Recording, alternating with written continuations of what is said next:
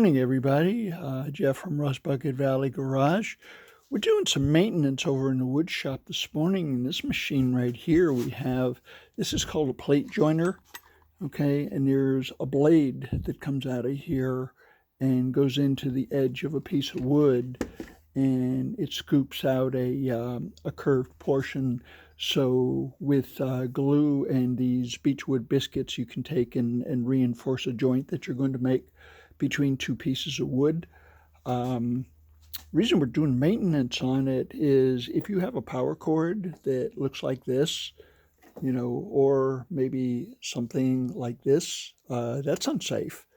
So what we've done is we've extracted the old power cord out of here.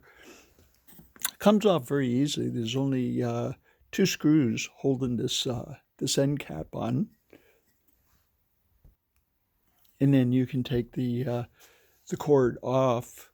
There's a little keeper that's on here, and they made it real easy.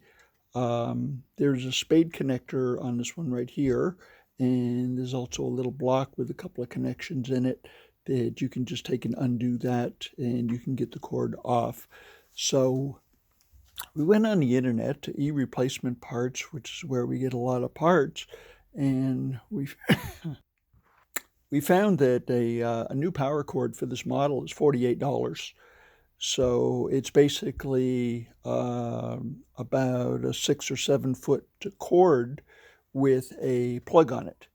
And it's 16 gauge wire. So what we did is we went to Home Depot and we bought an extension cord, 16 gauge wire. And we cut off a piece that was as long as we needed, okay, and it's got the plug on it and everything. So, that's a pretty good deal. This only cost us $19, okay. So we can take and make the cord as long as we want. One thing that you may look at is you want to make sure that the diameter of the cord is close to what you're replacing, and also that the wire gauge is the same. This machine here draws about 6 amps, so 16 gauge wire is more than enough to take and handle that. So we'll take and strip that back and put that back in here and solder our connections, and then we'll put heat shrink over them. Make sure you put your heat shrink on first before you take and do your soldering.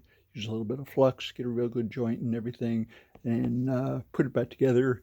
Don't forget to take this and put it through here first so you don't get a beautiful job done and then you kick yourself because, oh, I forgot to take and put this piece back on.